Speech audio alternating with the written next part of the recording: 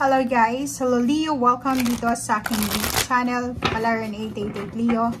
Alamin natin ang last 2 weeks ng February 2024. Tayo general reading, so pwede kang makaresonate. Gamitin natin ang ating intuition Leo sa panonood. Kumuha lang tayo dito ng 2 cards. Oh, bakit ang dami nito? Kunin natin yan lahat kasi gusto 2 cards ang sabi ko, pero maraming gustong lumabas dito. Perspective, 4 of Michael, Leo to 9 of Michael, King of Michael. Okay. So, unang barahan natin dito, Leo, is may kailangan kang i-pause for reflection. Okay, kung makikita mo dito, okay, tingnan mo, etong 4 cards na ito is magkakapareho sila sa bawat isa, or magkaka-resonate, or magkakasunod-sunod. Unang-una, pwedeng may Leo dito na sobra-sobrang nag-aalala. Okay, may ibang Leo na hindi makatulog, kasi nasa Knight of Michael kayo eh. Sobrang ina-analyze yung situation, sobrang nag-aalala para sa future, nag-aalala sa kasalukuyan. Marami kayong mga panghihinayang, guilt, or pag-aalala. So, yun ang sinasabi ng barahan na itong dalawang ito is similar sa bawat isa. Tingnan mo. Sinasabi na yung pag-aalala mo ay useless yan. Hindi yan importante. Mag-focus ka sa outcome ng kung anong gusto mo. Release feelings of regrets, guilt, or worry to your angels.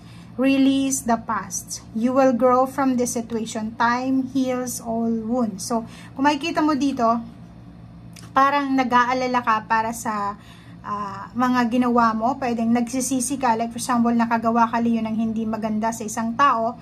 And siguro ngayon mo na-realize, kasi may reflection dito eh, 'di ba? Nasa pause ka and reflection ka. Tingnan mo.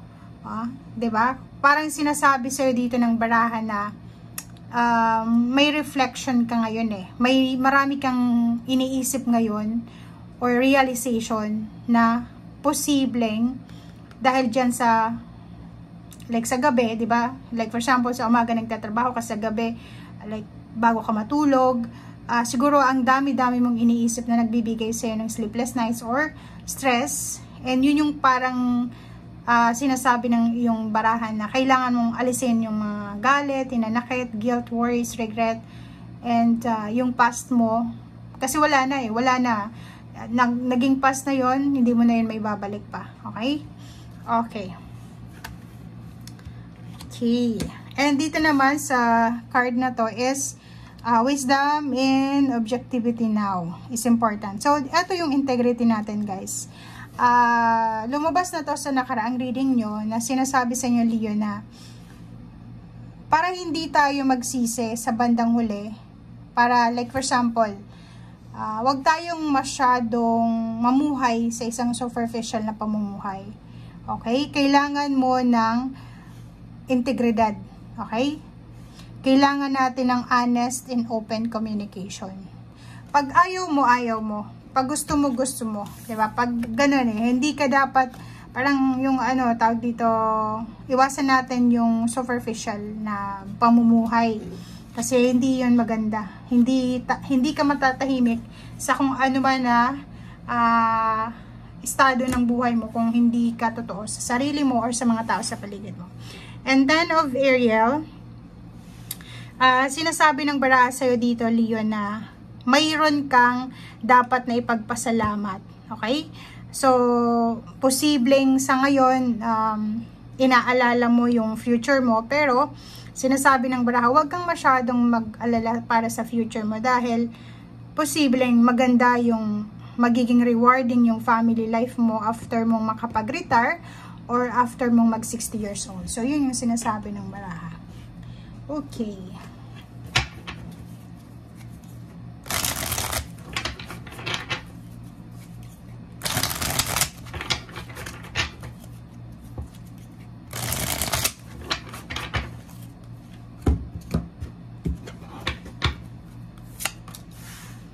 Okay, 3 of air.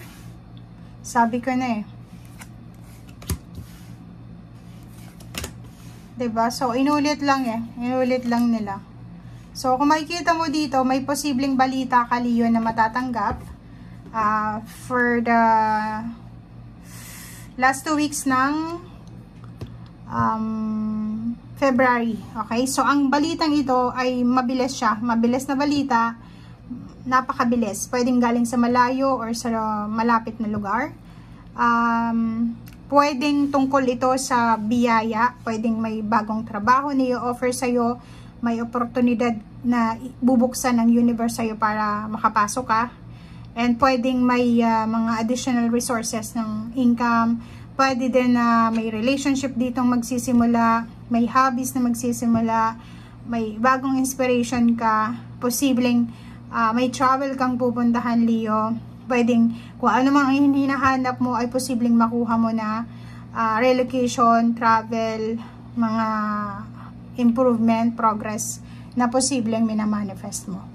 Ang nakikita lang natin dito is etong Three of Air is compilation siya. Tama ba yun? Summarize na itong mga naunang baraha na sinasabi na malungkot ka kasi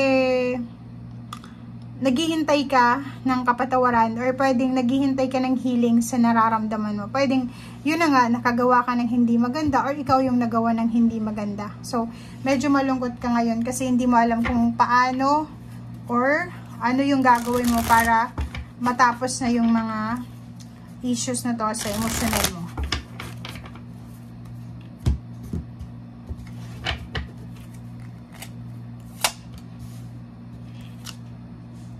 Okay, reverse the page of swords.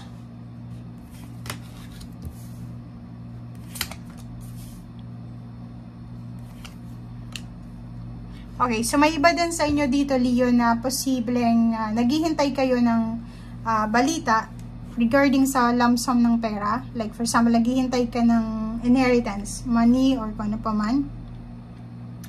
And wala kang balita sa ngayon. Parang wala kang balita dito. And gusto mo nang isuko. 'Di ba? Parang sasabihin mo, ay, nako, hindi na ako aasa sa ganyan. Okay? And number 5, nakikita ko sa'yo dito na kung ano man tuloy yung ginagawa mo. Like, isa kang self-employed, freelancer, may minimix ka na project or meron kang pinaplano, nilulutong proyekto. Sinasabi ng baraha sa'yo dito na ituloy mo lang, gawin mo lang kung ano itong pinaplano mo or kung ano itong niluluto mo ngayon na project, dahil yan daw ay magdadala sa'yo ng freedom, financial freedom, and yan daw ay magdadala sa'yo ng abundance, opportunity, and fulfillment and empowerment. Okay, so thank you guys and see you again. Bye!